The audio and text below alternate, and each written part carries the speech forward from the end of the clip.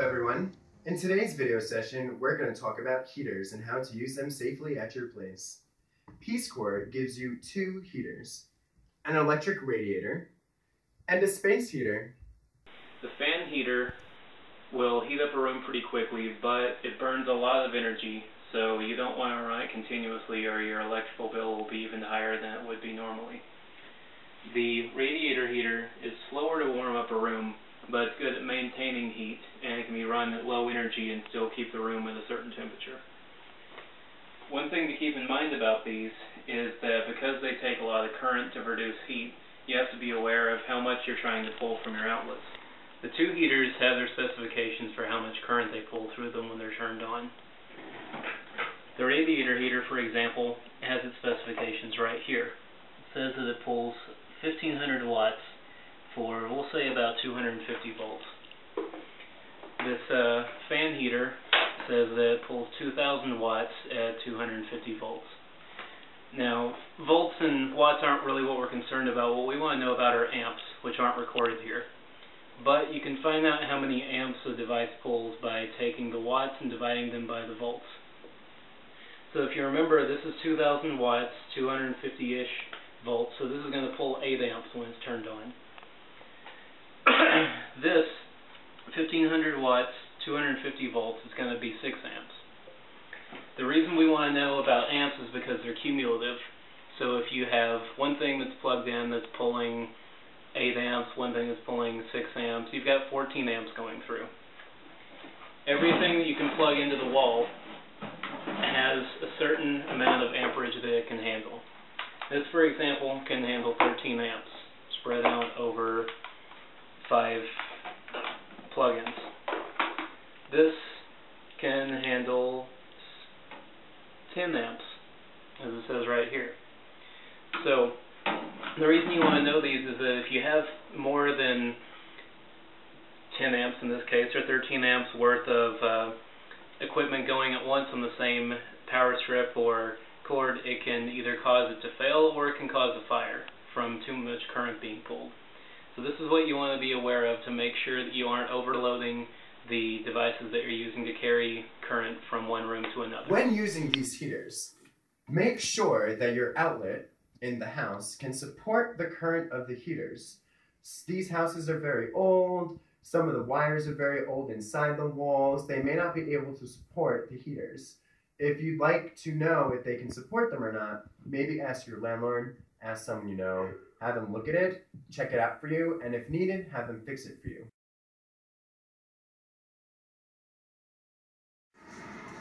Okay, so the first thing you really need for a successful fire is kindling, so just little pieces of wood.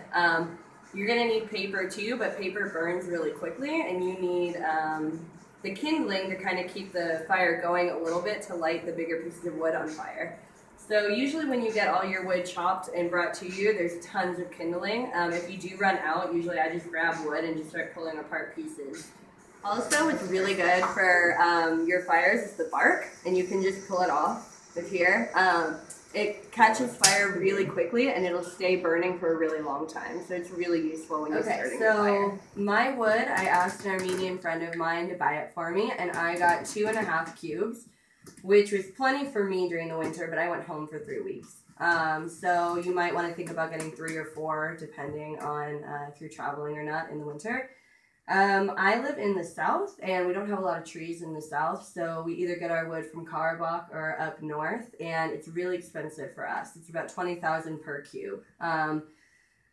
In the north, I think it's like $8,000 or $10,000 per cube, so it's a lot cheaper. So pricing will vary depending on where you live. I also got it transported here, which was an extra cost, and they chopped it for me because I can't chop wood. So that was $1,000 per cube. So that's like kind of normal. When you store your wood, you want it to be in a dry place that's fairly accessible to the house. So in my case, that's under the staircase leading up to my porch. We've got quite a bit of wood back here, just stacked horizontally in rows. And also, if you cut the wood yourself, because you're not an expert yet, you're going to have some misses and some glancing blows and things like that, which are good, because that way you get pieces like this. These are going to help you with kindling. These are my supplies when I start my stove. Everybody does it different. Armenians and even within volunteers, we all have a different process with lighting our stove.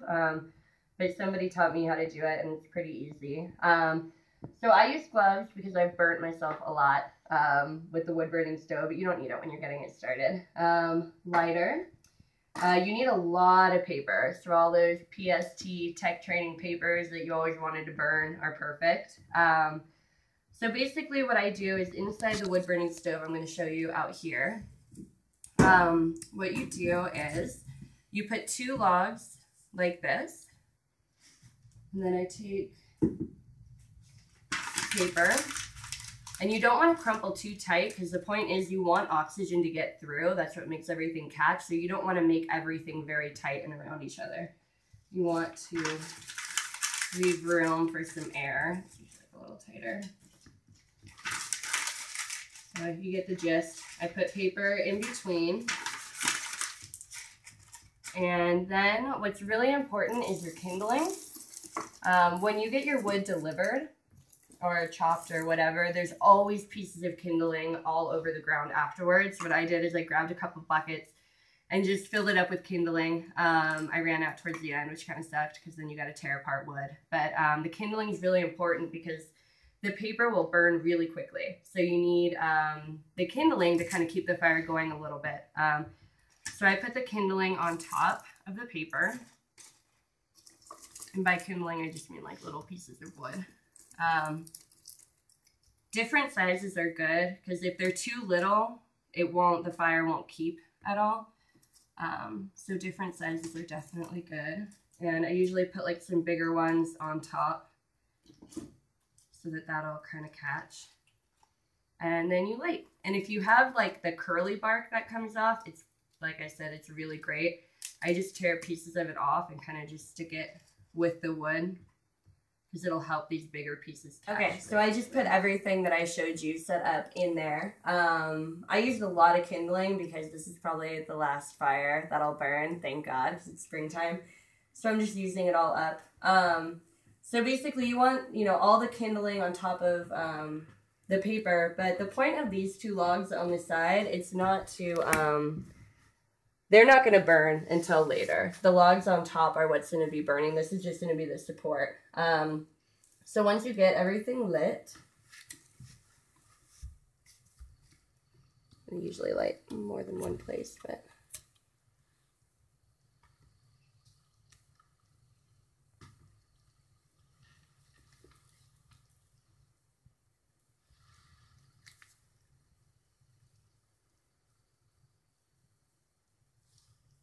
it'll go eventually.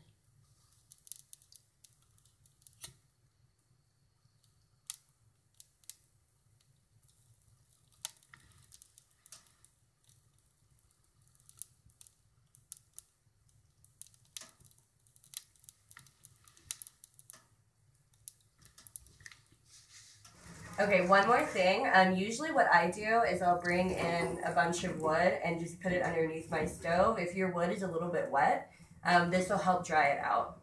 So I keep it under there just to start getting it hot and dry it out a little bit because it burns a lot. It'll catch fire a lot. But what you don't want to do is have wood stacked so high that wood is touching the underside of the stove. The outside of the stove will get hot enough to catch the rest of the wood on fire, and you can have a fire start to burn outside of your stove. So that's just with all the kindling, the fire that we started. And now what I usually do with my glove, because I hate getting burned and I'm clumsy, I kind of move it around a little bit and I just start putting pieces on top. For in the beginning, I usually do smaller pieces just to keep it going. And then once you have a layer of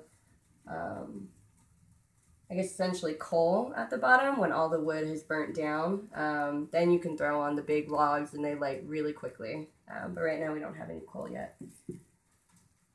And that is your fire. Okay, just don't forget to always keep your fire extinguisher nearby, so you never know what could happen with wood burning stove. And your smoke detector, so keep that around. So keeping it here, it will alert you not only if a fire has started outside the wood stove and smoke is filling the room, but also if, because of a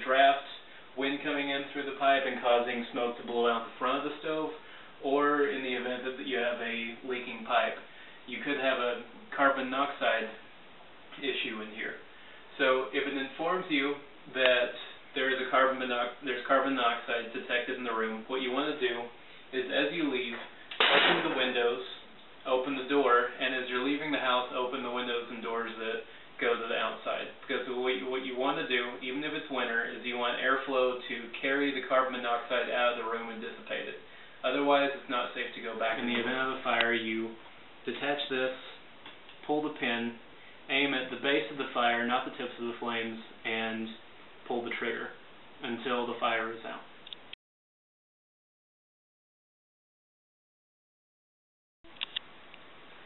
We're going to talk a little bit how to seal your house for the winter, and the reason we're doing it in my house is because if this had been a ship, it would have sunk in the harbor.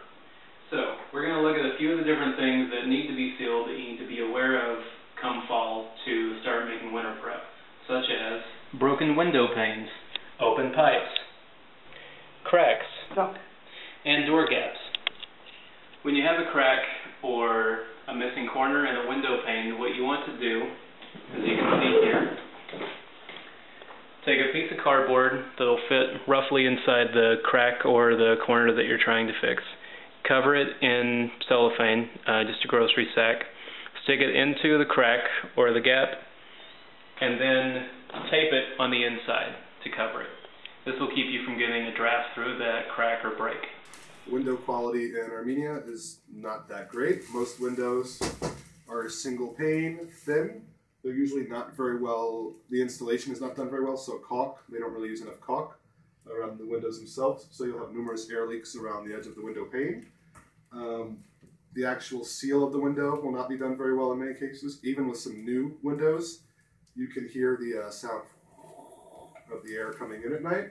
And then along the wall, sometimes, a lot of times they rip out an entire section of the wall, install the windows, and in those cases they also do not caulk and fill in the spaces properly.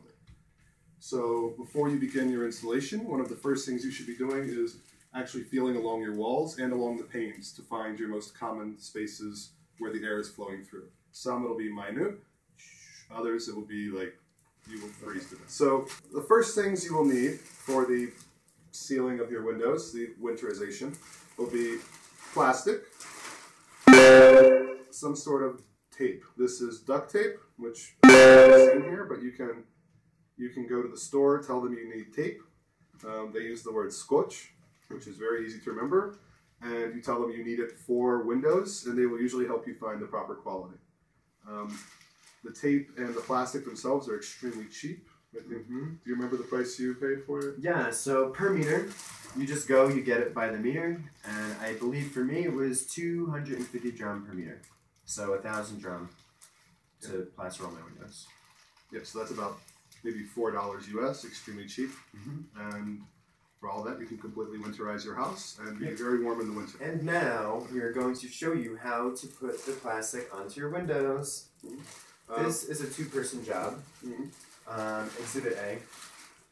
It's very long. The windows are big. Doing it by yourself is going to be difficult. There's a lot of this, that, multitasking to do. So it would be very beneficial to have a friend, neighbor, fellow PCV come down and help you with one thing that I recommend doing before you actually begin putting up the main coat of plastic is to feel along the windows and the wall and to feel for certain areas where there's a lot of wind coming through. Because once we have the plastic up, that will constantly exert pressure. So you can just sort of peel off some chunks of your tape and just sort of pocket seal here, here, here, etc. And that's just take your hand, cold here, tape, cold here, tape. And that makes things much easier. And then afterward, as I was saying earlier, that these are not very well installed, and so there's going to be many air pockets, particularly around the wall edges. You might want to measure before to find out just how long your plastic should be, and then give yourself a little bit extra in case maybe you make a mistake, you cut some wrong, etc., or just in case you tape a few little chunks together and fix some other problems. Another prepping that you might need to do is, depending on the size of your window, you may have to cut your plastic into smaller pieces or into smaller sheets. So just be aware that, you'd like to do a little bit of estimation, of measurement, where to cut it, and how to put it up. So the actual putting it up is relatively simple. You and the friend take said plastic. You put it in place over the area that needs to be covered. You want it as tight or taut as you can have it. And this just, because it's not loose, less air is being exerted, so you don't receive. Part of it helps with noise, because otherwise all night you'll hear, which is not very enjoyable. No, another portion is that puts a lot of stress on the plastic and will create holes. So all winter long, you don't want to be taping up little holes. So you have your friend, you guys hold it tight, and then you just start taping along, and then afterward, once again, you take your hand, run through it, just to ensure that there are no air holes or pockets you miss. And you can even put up a second coat if you like. Yep. 2 coats just to make sure, just to have it a little warmer. And if you'd also prefer to use thumbtacks to hang the plastic around the window, that you can do that. It may not be as seal friendly as tape would be for drafts, but in some places there's a lot of paint, and when you take it off for the spring, it'll rip all the paint off.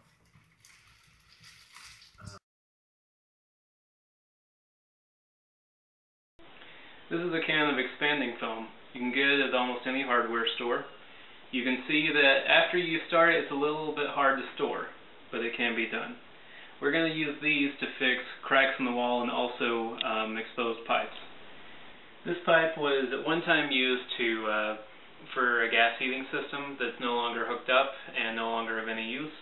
So these pipes are just letting cold air in. So what we've done is filled up the openings with expanding foam.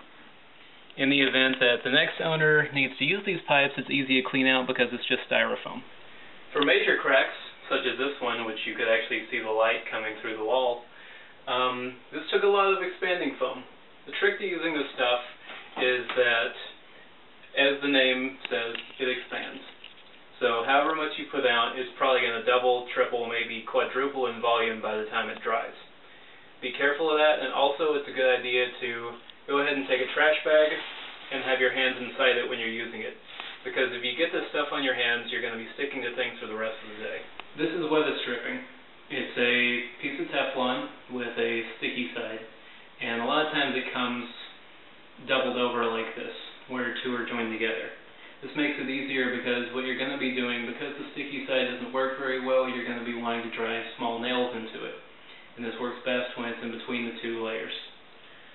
This is a door frame that sits below the door, so we tacked a little bit of weather stripping into it. One side of it was lower than the other, so over here we doubled up on the weather stripping to make sure that no air could go through. And this can go in the bottoms of door frames, on the sides of door frames, and also in your windows as well.